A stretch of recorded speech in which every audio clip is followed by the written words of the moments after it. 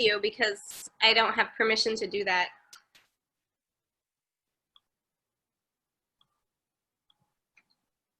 Oh, there we go. So is it just the three of us on right now? No, there's some others. I have Diane up on screen. I don't know if she wants to be there, so. Diane, you're on mute. Okay, there we go. Now it's. Oh. Okay. Steve is not here yet, Steve Benzinger, but he'll be here soon.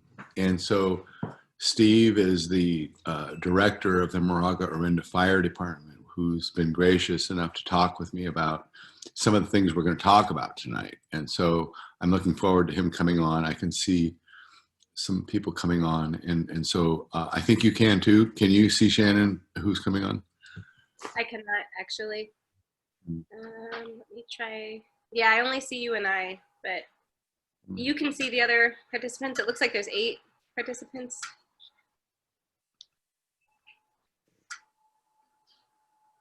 So I just thought I allowed them to talk with you, and you and I allowing them. I don't see other participants. I only see you and I.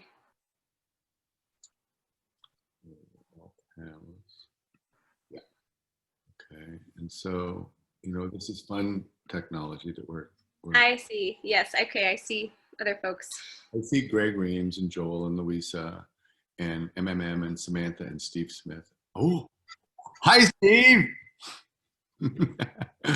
Isn't this fun? And so if anybody wants to raise their hand, they can. And so it's 7:02, and I'm hoping to have someone attend with us. And I'd like to introduce Shannon Bauman, who's helping me. And she's on screen because I can't do this alone. No. Technology is a multi-person thing now. And so I do Zoom meetings, and I'm enjoying them. But we have to have someone who helps. And so Shannon knows a lot about this. And so she'll be able to channel some information, and she'll enter into some conversation with me and see some questions from you, hopefully, as we go forward. And let's see. Kendall, is that your phone beeping? No, it's on my computer, and I see people trying to log in. And so there may be some difficulty for some people to log in, but hopefully I'm going to be able to deal with that. But I guess I would like to talk with everybody who's here now. And I can see Gregory and Joel and Samantha and Steve and Louisa. And if anybody wants to talk, they can. I'm going to go through and allow people to talk here just briefly. And so everyone is being permitted right now. And so there's not very many of us, so I don't think anybody should be embarrassed. But there's Joel, Greg Reams, John, Luis, Samantha, and MMM and Steve Smith. And so if anybody wants to talk, just let me know. But I'll tell you quickly about myself. And I think my mom might be here. I don't know. But I've lived here my whole life, like since 1953. I rode the last train through town. I think, I don't have pictures, I can't prove it, but I remember it. And so I went to school at Delaware in Inland Valley Intermediate, right near where Shannon grew up.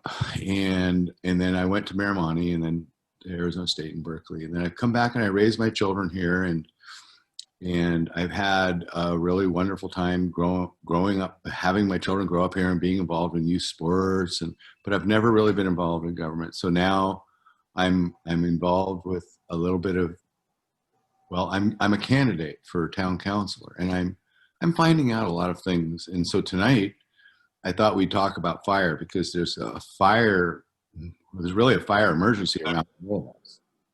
And I was talking with a gentleman named Steve Benzinger, who I think will join. And he's the director of the Moraga Orinda Fire Department. And I asked him some questions. And like, for instance, I asked him, what do we do in an evacuation? I said, what about all of these new regulations that are going forward? And he gave me some really good answers, and I liked them. So I invited him here tonight. And so I'm running for town councilor as a candidate, and I'm really glad you're here. And what I'm trying to do is create a town hall communication that we can depend on for just talking. And I've used Nextdoor. Some of you may know that I've used Nextdoor to try to communicate.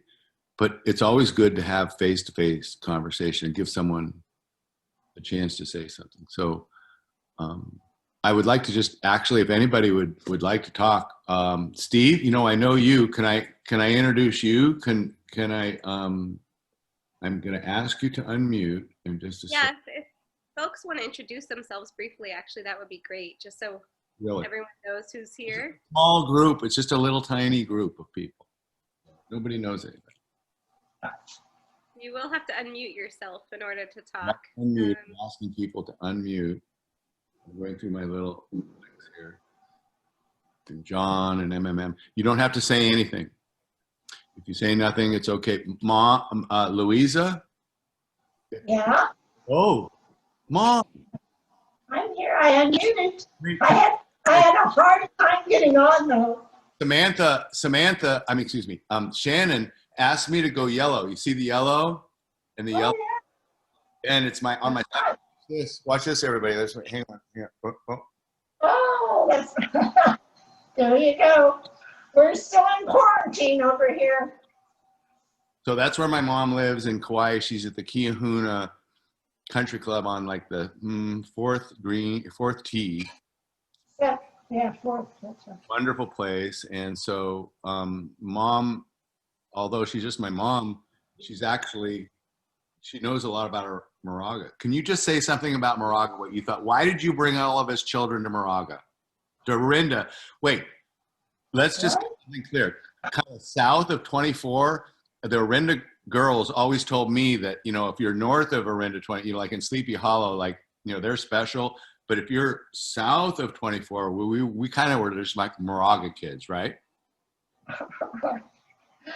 Well, we were young and had 4 young children, and that's where we ended up. And in the Delray School area, and we had a lot of fun there. Yeah, we really did. So we watched it grow. I remember somebody's birthday. It must have been Barney's or Bonnie's in October when the hills were Ivy Drive is now.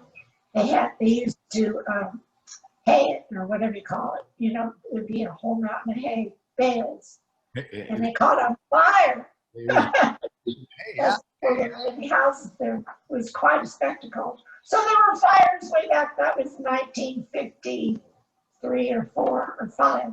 Probably 5, 6, or 7. I lose track. But that was before there were any houses there at all. And then I remember you guys used to go to what you call Cece's coffee shop. It used to be a little. Can you hear me? Yeah, it was a coffee shop now. It's a coffee shop now, but what was it back then? It was a little grocery store, and I think they did gambling in the back. And then across the street was the barn. And there were some old cowboys there. It was kind of a rough place. It was still Wait. on to the last thing. You just called Moraga kind of a rough place. Well, there were still cowboys and gamblers, and that's what they did for fun. And they, they used to go in there and buy penny candy or stuff. I mean, it wasn't dangerous for the kids, but that's what Cece's was a little grocery store with a bookie. Horse over and getting a taffy for like a nickel, right? I don't know. You always came out with a sucker or something. Yeah. On a hot summer day, that was the way to go. Okay, I'll let you go. I'm going to mute myself now. You have a good night. And by the way, you're 3 hours earlier than us, so the sun is still up, and you got to walk your dog, right? Yeah, it's 10 up to 4. Okay. So we're 3 hours difference. So John, if you want to say anything, or Joel, have any questions, just off the top of your head. This is a picture of me. I am the second from the left, and my sister is My sister is Bonnie, and she's in the little hole looking through. And this is my brother over here on the far right, Barney. And we had another sibling named Katie, but she wasn't, she was like a little baby by then. So I don't think she was very much involved in our pictures, but it looks like we're pretty tan, by the way. And that's at the Miramonte pool at Miramonte High School. So let me look real quickly here, Shannon, and see if Steve has shown up. No, he hasn't. Well, I guess I would like to talk about fire a little bit. So fire with Moraga is a big issue. And we have hills to the west of us that are filled with brush. There is a fire break, if you will, in the downtown Moraga Center area. But everywhere that I look, I see junipers, I see Monterey pine trees, I see very woody bushes right up next to the walls of homes. In the Moraga Fire District just a couple of weeks ago, and through the Moraga Town Council, accepted regulations that are going to require that if anything is grown between 1 foot, there's about 1 foot of the home, it can be no longer than 2 feet high. So there's about 2 feet. So when I drove around Moraga for the last week, since Sunday, since I talked with Steve Benziger. Steve Benziger is the director of the Moraga Orinda Fire Department. So he's a director. And he explained to me that there's a regulation that's going to really require us to manage our vegetation going forward. Now, it's not just about around our homes, because our homes are our precious possession. But it's also about the egress and regress of getting out of Moraga if there is a wildfire.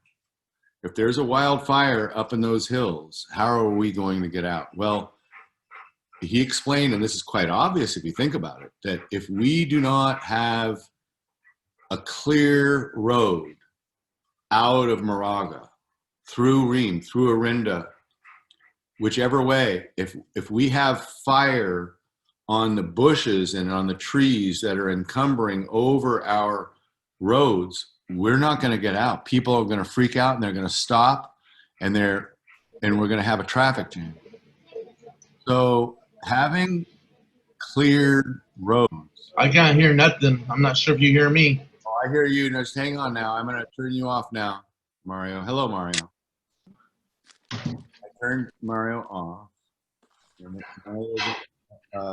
He's helping with the Zoom here. So my point is that if we don't have clear passages out of Moraga, we could have a problem. We have good roads to get out of Moraga, but if they're not kept clear of vegetation, we have bad roads getting out of Moraga. So we have to support the Moraga Orinda Fire Department, in my estimation, in their efforts, and all of the private residence owners that own property going out or into town. We just have to keep a very wide space open so that the fire department, they're not going to be able to come and defend our roads. They're going to be out fighting the fire. Kendall, just wanted to let you know that perfect timing, Steve Danziger just joined the Zoom call. Hi, Steve. Now, hang on. Let's see. Are you enabled, Steve? Can you hear us? Let's see. Yes, yes, I hear you. Steve, I kind of was picking up where you and I left off on Sunday.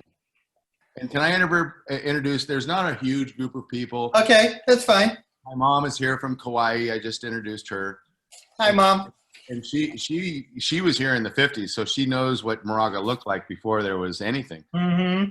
And so I just was talking about our egress and regress, and then going into a little bit about what you and I talked about as far as regulation, like the 1 foot, 2 foot thing. Yeah. And so, I was talking, sorry, go ahead, Shannon. Oh, Kendall, maybe could you add Steve as a panelist so we can see him while he talks? Let me do it. Hang on. Steve, if you don't mind. No, sure. Go ahead. Hank, no. My dog is asking for food. Hang on just.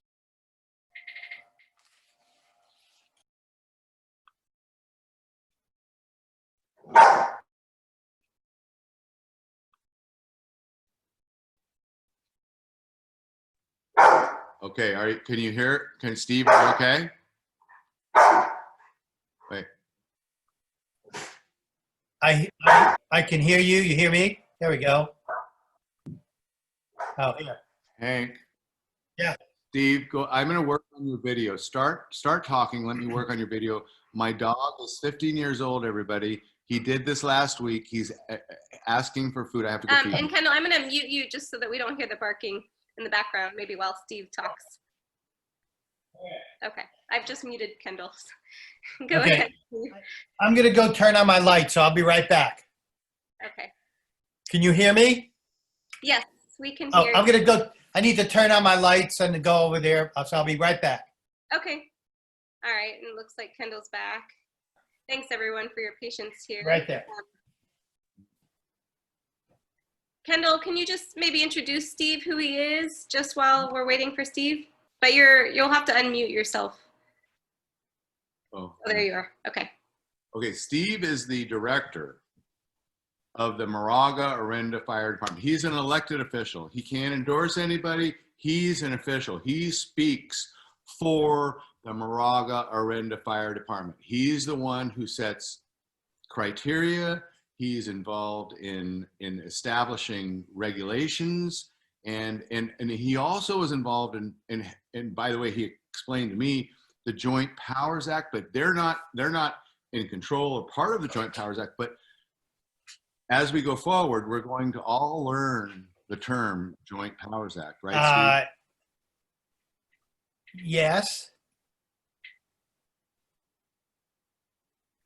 Okay, I know it looks like you can't see me, but I can hear you. So You might have to take your click start video if there's I tried. Oh, okay. Well, that's okay. We can hear you. Okay, let me just try one more thing. Okay. Yeah, I don't know. I don't know why it's not showing. Kendall, you might just have to give his video permission if you haven't. Okay, hang on. Hang on. I got him in the wrong place. Hang on. Okay.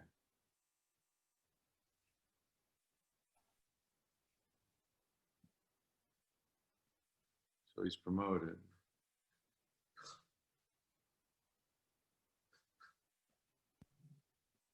Well, I can talk. Okay. I think I just brought you Did? in, Steve. Go ahead. Go ahead and talk. Go ahead. Yeah. Oh, here I come. Hey. Oh, yay. Oh, very nice. Okay. So, you got to bring me up to speed. What are we talking? Tell me again.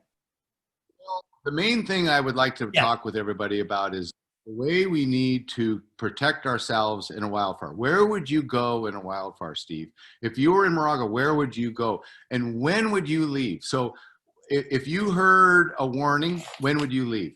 If you heard a warning. Okay. If you heard a warning. Yeah. Well, you know, let me protect our houses. Go ahead. Let me say this, that I've lived here now for 25 years. The first 22 years, probably, not a lot was done to ensure that our main evacuation routes were as open as possible. But since Chief Winokur has been here, which is not even 3 years yet, things have changed dramatically. For instance, let me just tell you before we get into evacuation routes, I have just a couple of, I was just talking with the chief today. So I have a couple of things I just wanted to say how things have changed in the last few years.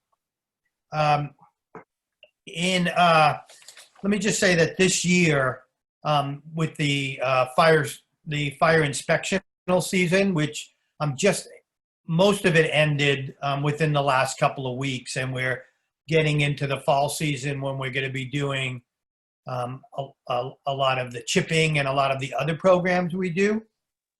Back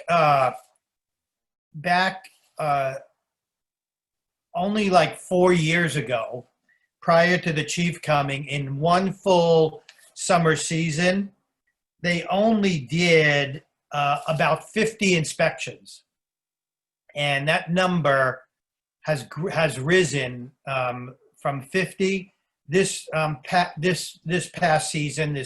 Starting June 15th up until last week, we've inspected 2,720 parcels, and the chief firmly feels that his goal is to increase that every year.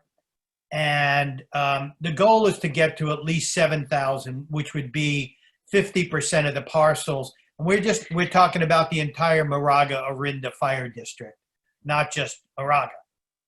The inspections have gradually gone up from, it was 50. The first year the chief was here, it was 1,000. Last year it was 1,500, and this year almost 3,000. So I can say, and it's not me who's done it as, the president of the board, or I'm on the board. I've only been on for less than 2 years now. It's all Chief Winokur's proactive position on getting properties mitigated to the full extent of our code. Steve, Okay. Could you give us your brief background and how this all happens? Because people don't know you pretty much. And what is your role? Okay, I could switch gears and tell you that. I was elected in November 2018. Came on the board in November, so I haven't even been on 2 years yet. This is my second year as president of the board. I worked over 25 years for the city of Oakland, and the last 20 years, I was the administrative manager for the Oakland Fire Department. So I was not a firefighter, but I was a manager in the fire department. I was basically the personnel manager. I managed payroll, workers' comp, so I know the inner workings of a fire department. I've also been on I'm presently still on the Orinda Parks and Rec Commission, and I'm an art commissioner in Orinda. I've been involved in the community for many, many years, Scoutmasters, coach, all that. And years ago, I also worked for the National Park Service. I worked in Yosemite National Park for several years, and I worked in Arizona. So I have a deep understanding and a lot of experience in the environment, working outdoors, and with the fire service. As a member of the board of directors, there's 5 of us. The Moraga-Orinda Fire District is divided into 5 districts. We have 2 directors who serve residents in Orinda, 2 directors who serve residents in Moraga, and my district has half, mostly, I'm going to say half and half, Orinda and Moraga. So my district, I have everything on the west side of Moraga Way from Highway 24 to Canyon. So it includes Canyon and the Moraga Country Club. And then I also have another piece kind of off a Corliss up in that area. And that's my district.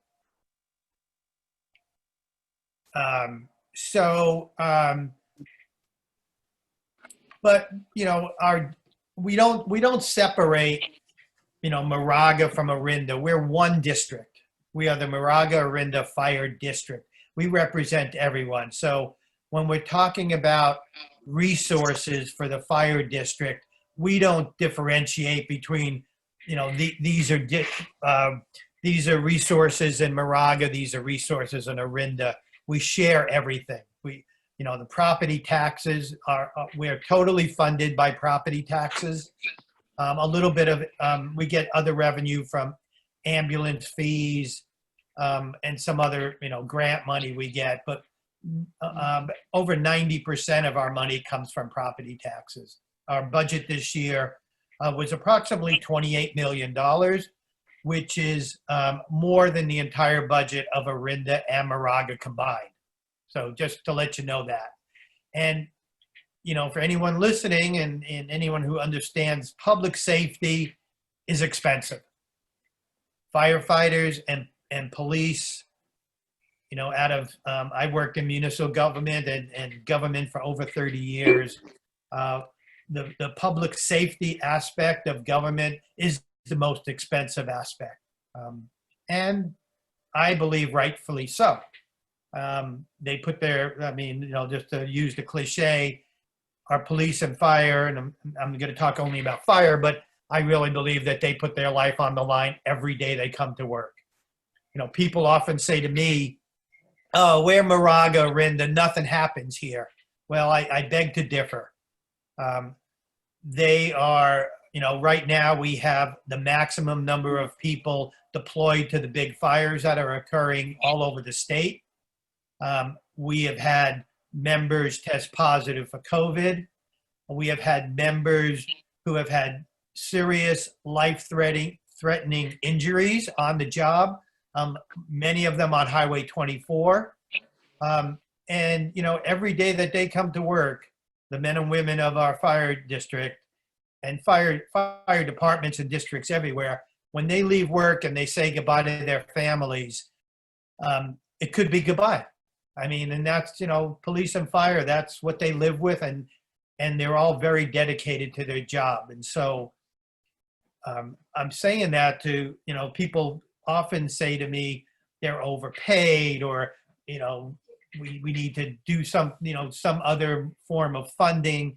Well, I think they deserve everything they get. And not only that, for firefighters at least, their rate of cancer in their lifetime is almost 50% higher than for the general public who's not a firefighter or working in a hazardous area.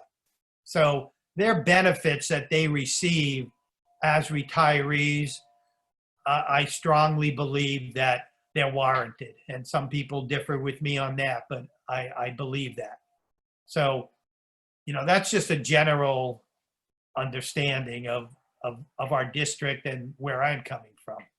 I would ask you a quick question on that. Do you think, I hate to say this is really macabre almost, but do you think firemen live shorter lives as a result? Firefighters, absolutely, life expectancy is lower than the general population, and that's a fact. Okay. An absolute fact. Okay. So, as far as, people talking about the cost of public safety, and I'll lump police officers in there too, because they have different risks, but also I think a very high level of risk. Okay, so let me bring back to where I interrupted you. So it's a high risk, but now do we want to risk those firefighters' lives protecting our route of departure or entry into Moraga versus fighting the fire out on the front lines? That's an issue that you and I were talking about, and I find it quite interesting because it has to do with growth, it has to do with capacity, with emergency. Yes. So let me just say this, that as far as evacuation routes and evacuations, it's a little bit of an odd system because police, in where we live right now in this area, the Contra Costa sheriffs and the police departments are the authority when it comes to evacuations. So, if we needed to have an evacuation, it's the police aspect of public safety that would be directing traffic. Well, they certainly would talk to our fire chief and our commanders, but it's police that's in charge of all evacuations. Even when we have the evacuation exercises, in Moraga. We had one at the country club. We had one in Orinda down at the Minor Road Country Club area. It's the police who sets those up. We work very closely with them, but it's all a police matter. So I know you want to talk about evacuation. So let me say this. There's been a lot of work done. When I told you earlier that almost 3,000 inspections were done, our main concentration in the last 2 years has been on the properties that are on our main evacuation routes. Okay, that means, so if there had to be, so in our area, we're not talking about, we don't have a lot of roads. So we're talking about Moraga Way, we're talking about Moraga Road, we're talking about St. Mary's, you know, probably some of the other, you know, larger side streets, Glorietta, Camino, Sobrante, Corliss. I mean, there are some bigger streets, but those are the areas we're really concentrating on. And so the concentration has been getting the property owners who own property that front those major streets to cut back their brush that's encroaching onto the roadways, and also to bring up any branches on trees or shrubs or anything.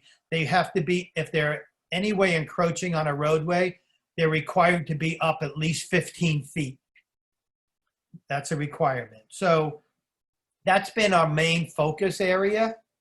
And there's also areas that are owned by the town of Moraga and the town and the city of Orinda. And those jurisdictions are responsible for mitigating their own properties, which both of the jurisdictions have made attempts at doing this, but it's not cheap and there's not a lot of money. So up until recently, at least, I don't think the town or the city has made it a big priority to clean up their own properties. Now, Chief Winokur, you know, it is really not only for the city and the town, but homeowners as well as the large landowners. So we're talking Moraga here, the Brazzonis, biggest property owner in Moraga. The chief, since day one, has been working really closely with the Brazzonis to clean up their properties. The property right across the street from Fire Station 41, you know, the big pear orchard over there. I mean, if you were here, you know, I know, Kendall, you've been here for a long time, probably other people. If you look at that right now and last year and the year before, and I know I've been here only 25 years, but it doesn't look anything like it used to look. He has really insisted, and not just that they go in there with a weed whacker. I mean, last year they went in there with, you know, it was a machinery to cut down the weeds. They didn't get close enough to the trees. The chief made them go back and redo 100% of that property right around the trees. And he's working with them on their other properties, including the ridge line. I'm pointing across the street where I live, but he's also working with them on the ridge line here and the property they own there to make sure that the fire road that goes up there, I mean, I've walked up there myself. You probably have, Kendall. They're making sure that that fire road is accessible if we had to get vehicles up there. So and let me say this, they have been, this year especially, they've been a good partner with us in doing what they need to do to mitigate their properties. But back to the orchard, if they hadn't cut down all those little weeds around those trees, what would have happened if something had erupted? Well, and so what that creates is like a ladder fuel. So, you know, once you have the grass cut to lower than 3 inches, it'll still catch on fire, but it's not an intense fire. It's a really low density fire that goes out quickly because there's not a lot there. But if you had taller grass, and there was grass around those trees that was 5 and 6 feet tall, that catches the trees on fire. So And then once the trees all catch on fire, those pear trees, even though yeah, they're older, and they're even really old. they may have leaves on them, they're fuel, aren't they? Yes, they are. Yes, they are. They're So 100. those would catch on fire. And then once you get all the trees catching on fire, I mean, it could create, a mini kind of, it's my words, but a mini kind of firestorm that could lead to all the properties that are east of there, all those new homes they build, and just keep on going from there. We have Moraga Way in front of it. That's kind of our fire break. So the fire is going to go the other way. So even if you mitigate it, you just really can't have fuel in the middle of them. No. And you can have the low grass. That's why homeowners are asked to cut their weeds and everything to 3 inches or less, because even if it catches on fire, it's going to be a very low density, not going to erupt into big fires. So let me ask you a question that we all love about our area. We drove down St. Mary's Road all those years, and we had those beautiful trees that were hanging over St. Mary's Road. And, they shut down that road for like 3 months while they were cutting it back. When you cut it back, they've really cut it back. They've mitigated a lot of problems. So when we drive down our beautiful roadways and we all love it, and people come from out of town, they see these beautiful trees hanging over the road, that's kind of a problem. Now, but can you explain how an oak tree is different than other trees, and how some of this mitigation process is part of it is the kind of tree, but really we shouldn't have anything that encumbers an egress, regress, emergency route. Is that correct? Yes. If you drive down, I drive down Moraga Way, at least when I'm driving, almost every day, because I live off Moraga Way. And if you're driving down, or if you're walking down the street, and if you look up, I don't believe that you're going to see trees overlapping each other. You're going to be able to see light, even if it's, that's exactly it. You're going to be able to see light between the trees, and that's like a fire break. Let me say this, in a fire like the Creek Fire, or any of these really large, massive fires like we're seeing now, probably the small gap that we have between the trees is not going to matter that much. I mean, the roadway certainly is going to be a fire break, but in a firestorm, like when I was living in Oakland during the Oakland Hills fire, almost nothing we do except you were talking about where do you go in evacuations. Almost nothing we do except for, like the Safeway parking lot, Camp Lindo parking lots and fields, the schools, the blacktops is a safe place to go. That in a firestorm, nothing's going to burn there. So you're okay. If you need, so what I told my family, I live in Orinda, near Delray School. And what I've told my family is, if we get a late notice, or if something happens and we can't get our cars, if Moraga Way is already jammed and we can't get out of here, we're heading to Delray School, to the blacktop. The open area. The open area at the black, and that I'm not telling people that, not to try to get out if you can get out early. Yes. But if you're stuck, you need to have a plan with your family. What are you going to do if you go up to Moraga Way? Not most of the people, but a lot of the people who passed in the Oakland Hills fire, in the fire at Paradise and other places, they didn't make it out because they were in their car, stuck in traffic jams. So, the key you were talking just before is, what if we have to evacuate? First of all, the key is have a go bag. You've probably all heard about go bags, and get out early. Don't wait. Yeah, everything you need, and don't wait to get the notice that this is mandatory. If you see the fire from where you live, if I saw a fire even across the street on the hills, Go. I'm out of here. I'm not going to wait for the fire district or the sheriff's office, to tell me it's time to mandatory. I think if all of the stuff that we're talking about tonight, if anything, for the people that are here tonight, unfortunately, that's the best advice that I think we could give everybody. If you see fire in this valley, run. Yeah, don't wait. No. And the other thing about the fires are, um, I hope everyone listening and yourself too, and anything that you put out about fire is going to advocate for people to sign up for the CWS system, the community warning system. Okay. So let me tell you this, there's been a big push to get people signed up, okay? And in the last 3 months, our increase in people signing up has gone from, and I wrote it down today, January, check this out, January 2020, in all of Moraga, 90 people signed up for the CWS system, okay? I'm not signed up, Steve. In August, No. last month, right? 3,600 people signed up.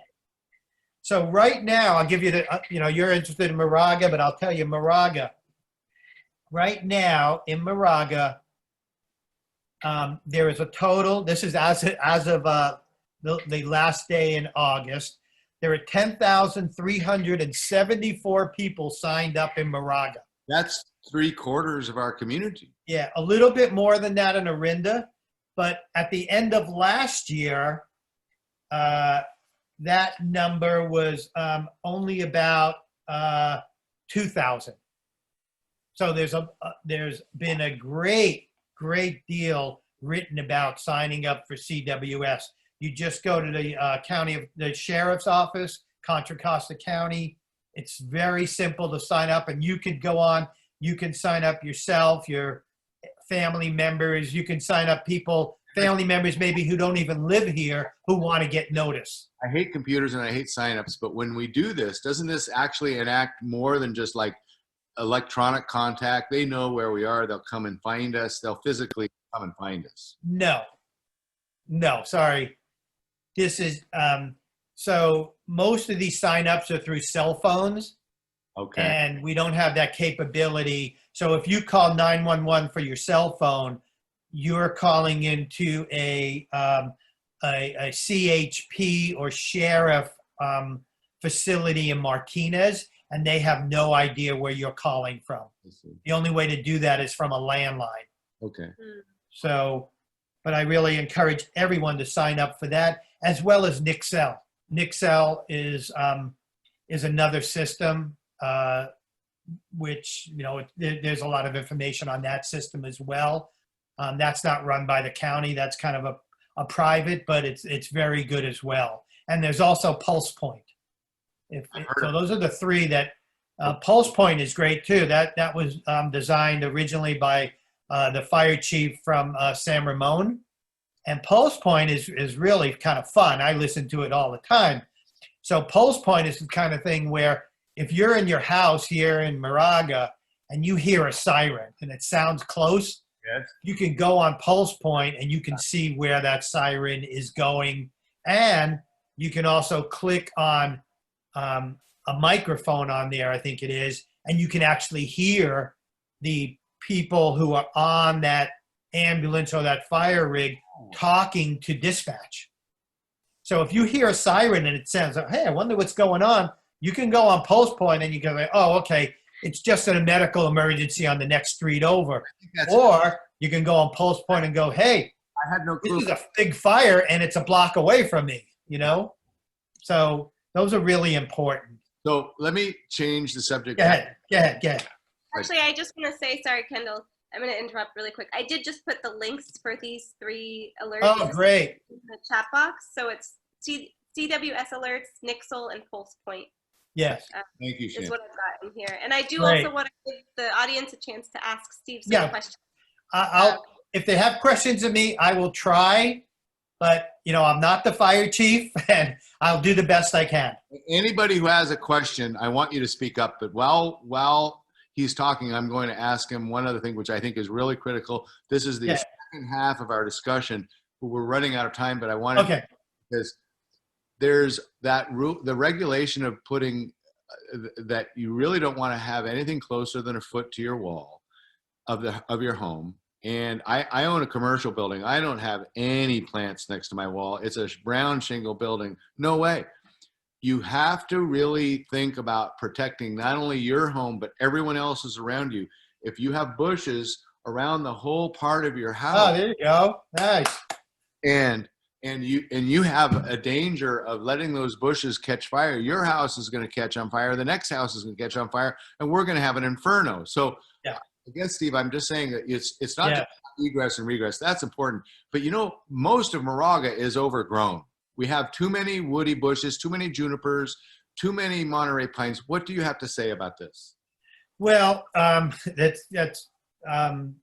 it's really appropriate that you asked me that, because there's a brand new fire code that the MOFD, we passed it first. City of Orinda already approved it. The town of Moraga approved it, and it's going to the Board of Supervisors, also has to approve it, and they're going to discuss it on September 22nd. Once they approve this new fire code, 15 days after they approve it on the 22nd, and I believe they are going to approve it, parts of it will go into effect 15 days later. Majority of it goes into effect on January 1st, 2021. And then there is a part of it that doesn't go into effect until January 1st, 2023. So the part that, this fire code, let me say this again, we are so privileged here and honored to have the fire chief we have, not just because I'm the director and I want to speak highly of this fire chief.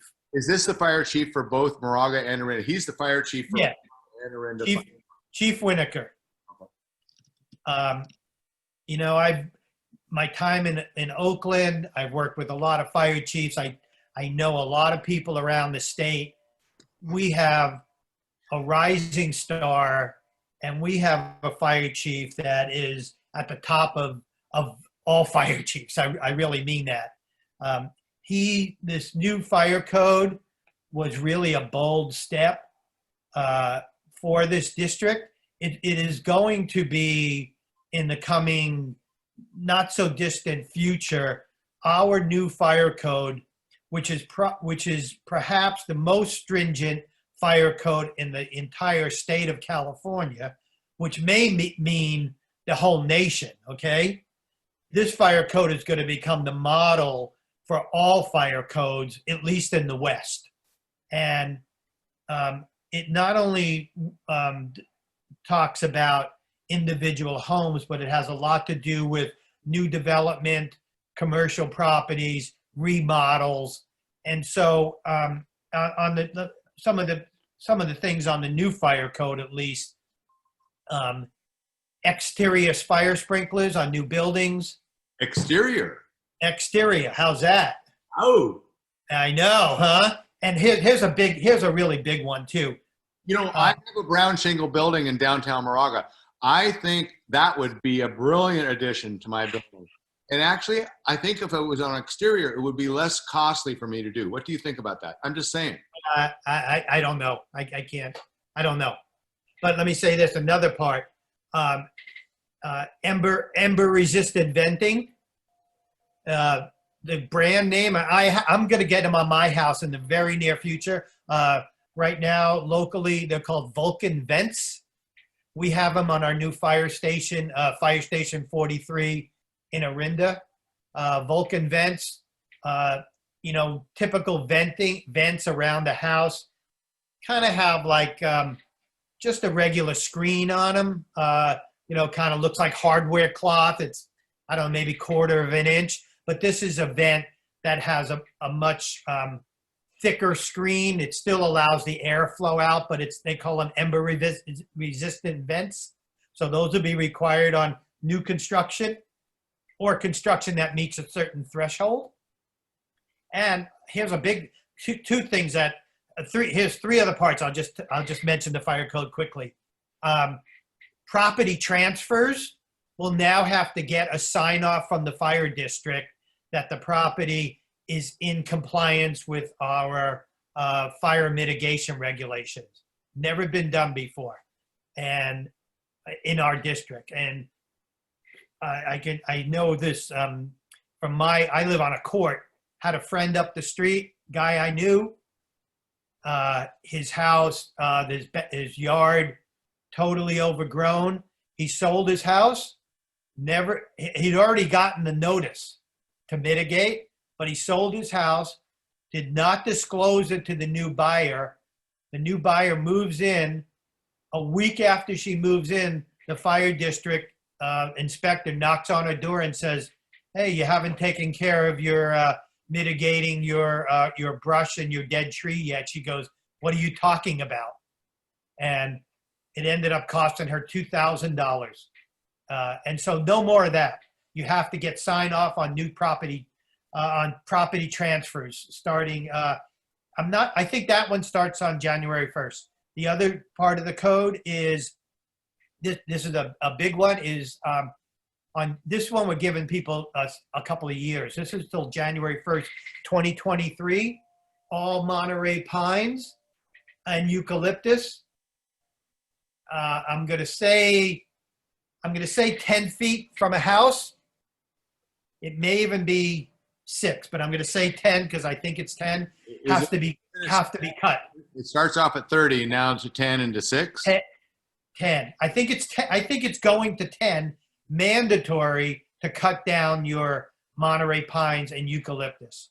Okay? And then the other part that's going to go into effect is bamboo and juniper, right? Within I believe it's within 3 feet of any public road. And so you walk around your neighborhood and look at how much juniper is.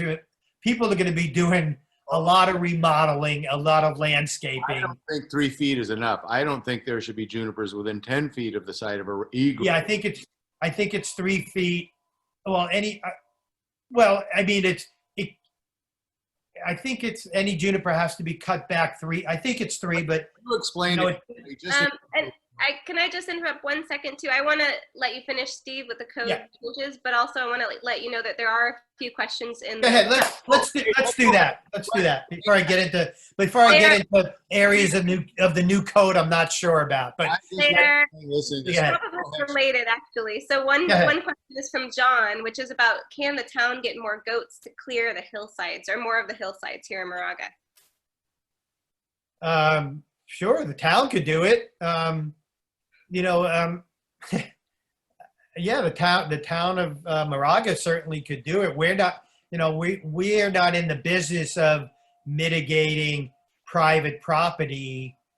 We'll go out and assist, and do inspections, but the fire district can't go out and mitigate on private property. So goats are very expensive too. But yeah, goats are great. Let me just say this: the chief has proposed to it's Orinda, but the city of Orinda, to bring grazing to Orinda Oaks Park.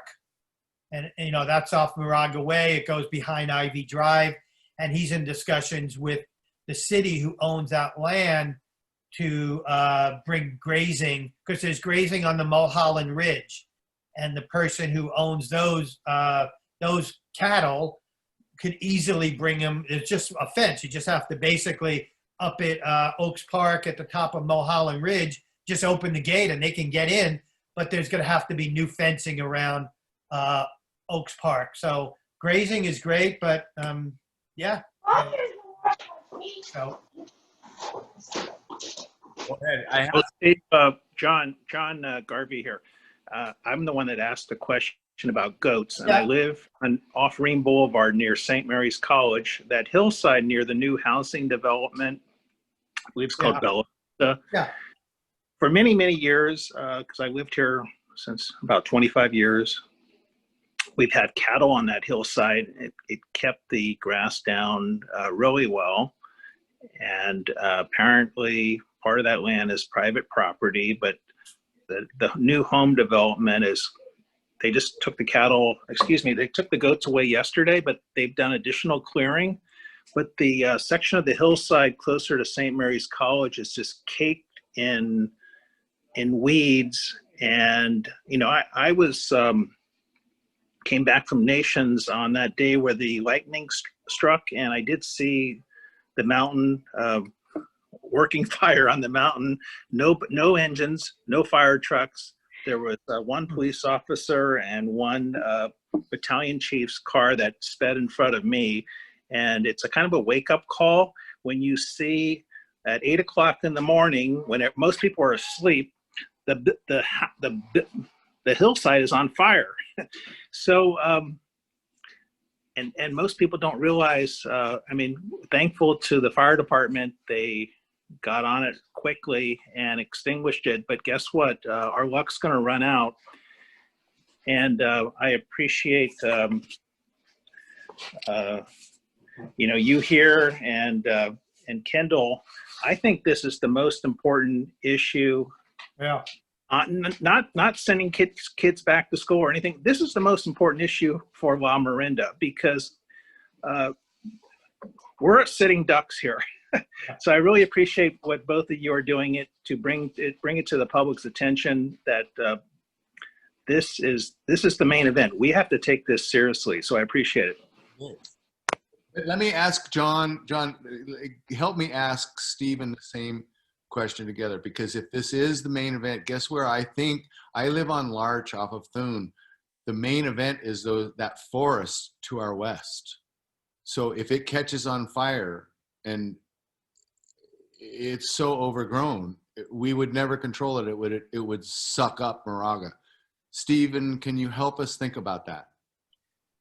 Well, let me say that the highest fire danger in our district, and then I'm talking the whole district, is all the way in North Orinda. And that's where we did the North Orinda shaded fuel break. Second most. Explain that, because I just witnessed it, and boy, I'm telling you, you guys have done a lot of work up there. Explain. Yeah, the second we're in the queue for the next round of grants from the state. The state, we were deemed, the North Orinda shaded fuel break was deemed the 9th most critical project in the state of California. They awarded 34 grants. We were number 9 in the whole state. We got $4.2 million for that. We're waiting for a new round. Right now with pandemics and fires, the governor is telling everyone, hold on, we don't have the money to do another round of grants right now. But the chief has already, it's already done. The day that the governor announces a new grant program, the chief is ready to hand it in. And this program would go basically from Wilder all the way down to the area you're talking about it. So it would be, I don't know what they call it, the West Moraga Rinda Hills shaded fuel break. And it would be all the way from Wilder to the area you're talking about. That's Moraga Hills shielded grade. Shaded fuel break. Okay. So it's not a fire break. It's a fuel break. So it's not going to, it's not going to be like a paved road, but what it is, it's a large enough area where we remove the ladder fuels, the dead trees, the high grass. And even if there is a fire, it's not going to be an intense fire. It's going to slow the fire down enough where the firefighter is going to be able to get in there and put it out. That's what the North Orinda shaded fuel break is going to do. So it's not a fire break, it's a fuel break. So it slows it all down. Regardless, we have to do that in our outside zone. Yeah, we do. And so all I can say is that is in the, kind of in the queue for the next time that we can apply for grants, because that's a really big project, and it's probably going to be that size of it, probably going to be more than the $4 million we got last time. We are at 8 o'clock, and I don't want to take else's extra time, but John, Steve, can you do a 1-minute discussion on the Joint Powers Act? Because I've read this document that you sent to me, and it's 1 page, but by the time it's done, it's this big. Yeah, I can't, let me just say this. I can't talk that much about it. I'm kind of new to it, but all I can tell you is this. Some very concerned citizens who were involved in fire prevention activities, mostly in the Oakland Hills, have started the discussion of creating a Joint Powers Authority, a JPA. This JPA would go, it'd be called the East Bay Hills Joint Powers Authority. It would go basically from Berkeley to San Leandro and from El Sobrante to Moraga. It would be, I don't have a lot of details on it, but it would be on our property taxes. I don't know how much it would be. I'm hoping, as I'm sure Kendall is, because we've talked about it, I'm hoping it would be less than $100 a year. I don't know for how long it would be, but it would be the money collected would be solely for fire prevention activities in our East Bay Hills in that area I was talking about. It's in the beginning stages, but there's some pretty powerful elected officials who have signed on to this already. Which, by the way, we're talking about taking care of the area that we just discussed. Yes, it would take care of that. So would it be, let me say this, it wouldn't be everybody in all of Moraga and all of Orinda who would get taxed on this.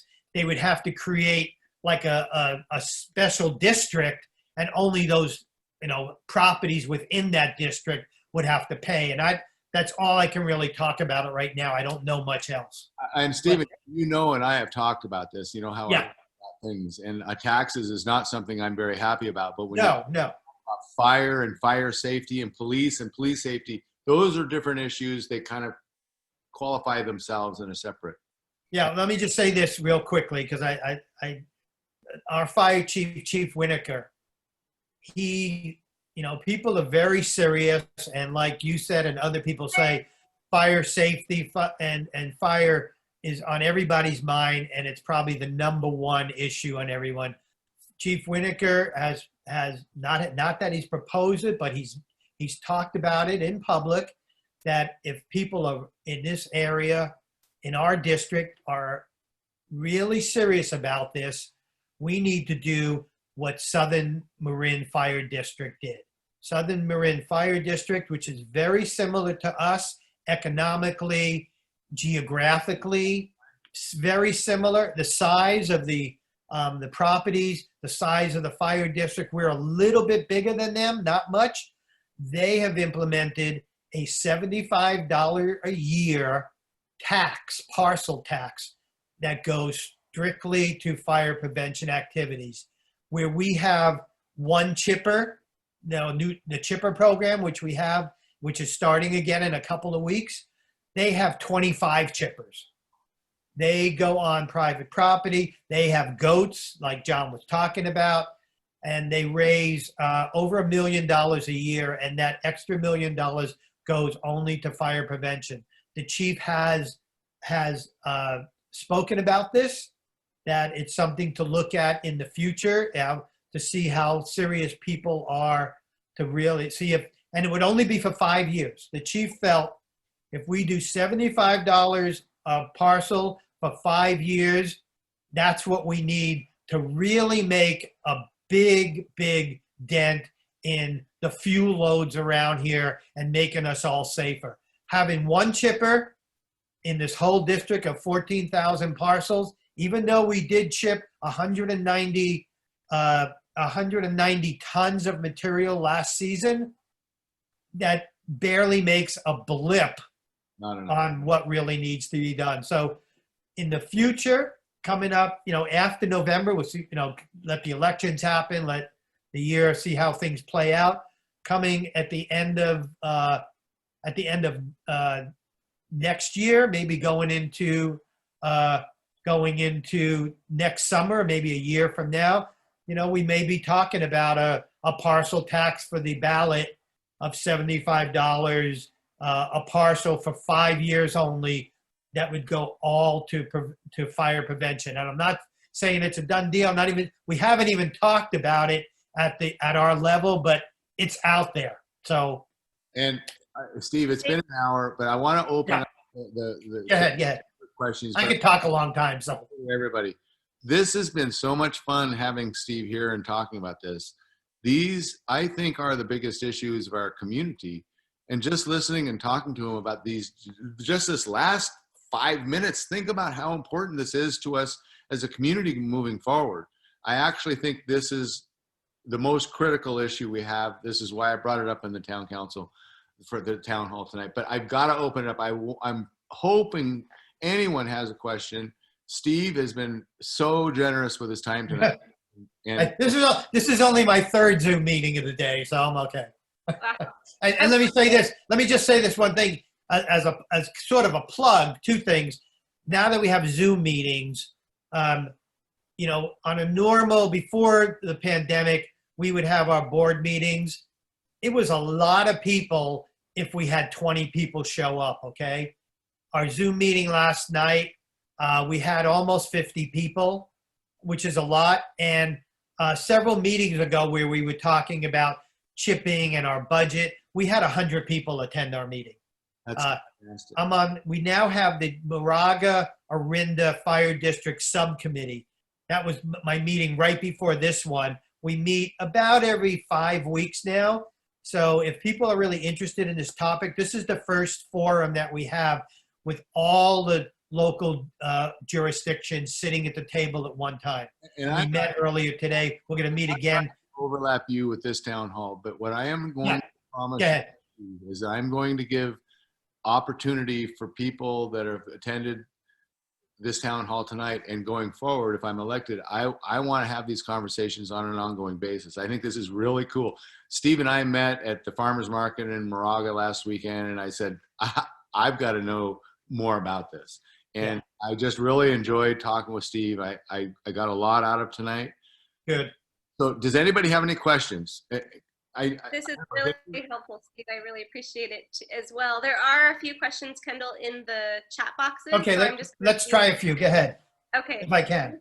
I'm not sure who this is from. It's under the name MMM, but the question is, given the FOMD board decision to treat high fire and high fired hazard as a very hazard, I think they're talking about requiring enhanced fire building materials. Do you agree with the fire chief that these homes don't need to be evacuated? That the homes don't need to be evacuated. I'm not aware of the chief ever saying anything like that. I don't know. Shannon, do you think they're talking about homes that are highly built of materials that are highly fire secure? Is that what they're talking about? That might be an MMM. I'm not sure who you are, but if you would like to unmute, I don't know. All I could say is if you get a CWS, if you get a CWS note to evacuate. I mean, Hang on. Okay. I think I heard MMM. MMM, go ahead. No? I think they're muted still.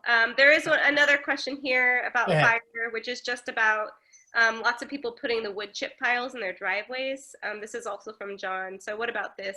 well, Still you have- know, so let me say this. You know, I have wood chips in a lot around my house too. The new fire code prohibits wood chips within 2 feet of a home. So wood chips, the chief would much rather see gravel or even irrigated lawn is better. Wood chips, you know, if a fire is hot enough, they will smolder, they will catch on fire. It's not gonna, you know, and if they're right touching your house, that's not a good thing. It's like putting kindling around your house. So I would say for anyone who has wood chips right next to their house, they need to move back at least 2 feet. Wow. So, Okay. but- I learned something. but the chips, you know, a pile of chips before you spread them out in your driveway, the likelihood of that catching on fire is not very high, and it's not going to make a fireball. It's not going to spread all over the place. So I don't think that's a big danger. Thank you so much, Steve. Those are actually all the questions I have right now about Okay. fire, unless anyone else wants to to chip in, no pun intended right now. Question. Here. Otherwise, there is another unrelated question, and I also know we're short on time. So, Kendall, I'll kind of leave it up to you if you want to get into other unrelated questions or. Bring it up. Go ahead. Go ahead. Okay. Oh, for him. Go ahead. Yeah, this is not related to fire. Oh, good. Go ahead. So this is from an anonymous attendee, and Kendall, this is for you. All right. So this person says that she was speaking to a friend about the election, and he or she mentioned that they didn't know much about you. My friend told me that you have smoked marijuana on a regular basis for the past decades. I'm concerned about regular marijuana use because I'm concerned that it would affect your analytical ability to serve on the town council. Can you please tell me whether or not can you please tell me whether you are a regular user as I was told, and tell me how you think that practice would or would not affect your ability to perform the functions of a town council member? Oh, God.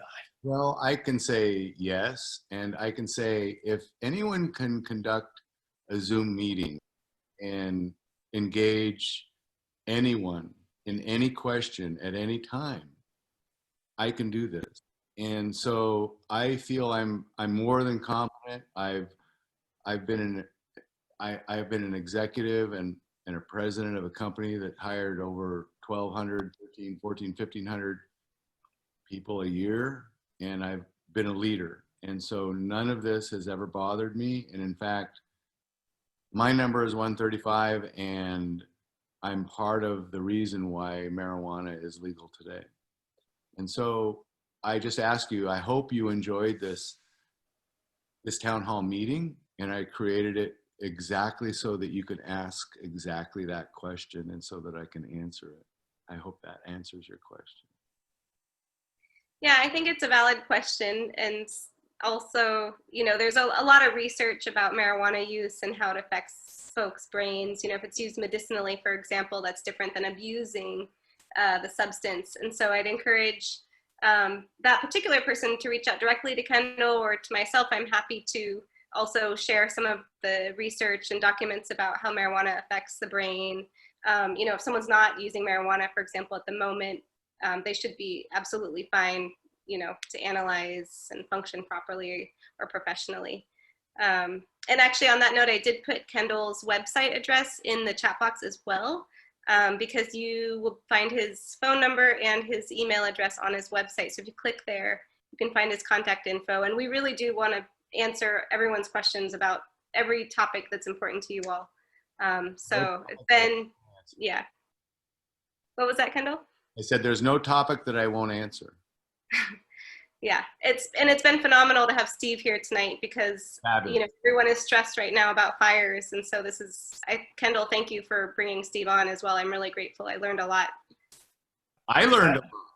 I like to talk, and I love talking to people about the fire district, and people have taken an interest, and in previous years, many people didn't even know about the fire district, about directors. So let me just say one other plug for the fire district and a service. We're starting the chipping program. You've probably it's been written about the chipping program. Chipping is one piece of our integrated fire prevention program. And it's really, it's that much, it's that much of like, if you think about the geological timeline, it's this little piece there. And but it is starting again. What we're doing this year is we not only did the board approve doubling the amount of money that we're spending on the chipping program, but instead of renting a chipper by the day whenever we need it, we've decided to rent the chipper. We're renting it for a minimum of 6 months. So we're going to have the chipper every day. And it ends up actually costing less to rent it on the long term. The problem was it was very difficult for us to find a chipper because you need a truck. So we actually just found the chipper and the truck brand new, and we had to go out to bid. It was a whole process involved. But the chipper program will start probably the 1st of October. And so the key for the chipper program is to get neighborhoods or at least 4 homes to all, get your branches, get all your material down to the front of your house, and the chipper will come and chip it up for you and Wow. chip it up back onto your property. If none of those houses can take the chips, if for some reason, your front yards or your driveway, you just can't take it, we will have the truck to haul it away. Luckily, Miramonte High School has been letting us dump it. So the key is we will not do it for an individual, for one property. We really need multiple properties because that makes a difference. If I do everything on my property and my neighbors on both of my sides of my house do nothing and there's a fire, my house is going to burn up. Okay. But if I can get all the neighbors around me to do what I did and to chip all material, that's going to make a difference. And so the key for using the chipper is talk to 3 neighbors, close vicinity to where your house is, and get in the queue, because this program is really highly sought after. There's already people contacting us. We're already starting to sign up neighborhoods to bring the chipper in, and it hasn't even started yet. So if you think you have a neighborhood, we have Firewise neighborhoods now that are very aggressive in getting this work done. Moraga has some new ones. Bollinger Canyon is a new one. There's almost 20 of these Firewise neighborhoods now in the Moraga Orinda district. So get some neighbors, get the chipper in there to chip up your material. Contact MOFD. It's on our website. How do you sign up? And get in the queue right now, because we haven't even started and we're probably already into November. That's my last thing I'm going to say. Steve, I want to thank you so much. And I want to thank everybody for all of their questions, especially the one about Mom. Mom, are you still here? Mom? Yeah, Are you still here? yeah, I'm here. I'm here. What do you think about the marijuana question, Mom? What? About what? The marijuana question. Well, I think, in my short life, it has come from A to Z. No marijuana to now everybody has access to it. So I really have no comment. I think it's an individual decision. And I can also say, Mom, thank you so much. But I can also say, Mom, that there's been a lot of people who have learned recently that CBD and other things having to do with marijuana is quite beneficial. So I encourage everybody to have an open mind. I want to thank everybody for coming here tonight. There weren't very many of you, but Steve, I asked you to come here tonight and you graciously did it. And I want to tell you, I learned a lot, and I'm thinking that everyone who listened here tonight learned. And I want to thank you so much, my friend. Thank you, sir, for coming here. And I hope we have this again. And I do promise everybody that's listening, that cares, I will continue these town hall meetings after I'm elected. Thank you very much. Shannon, do you have any last comments?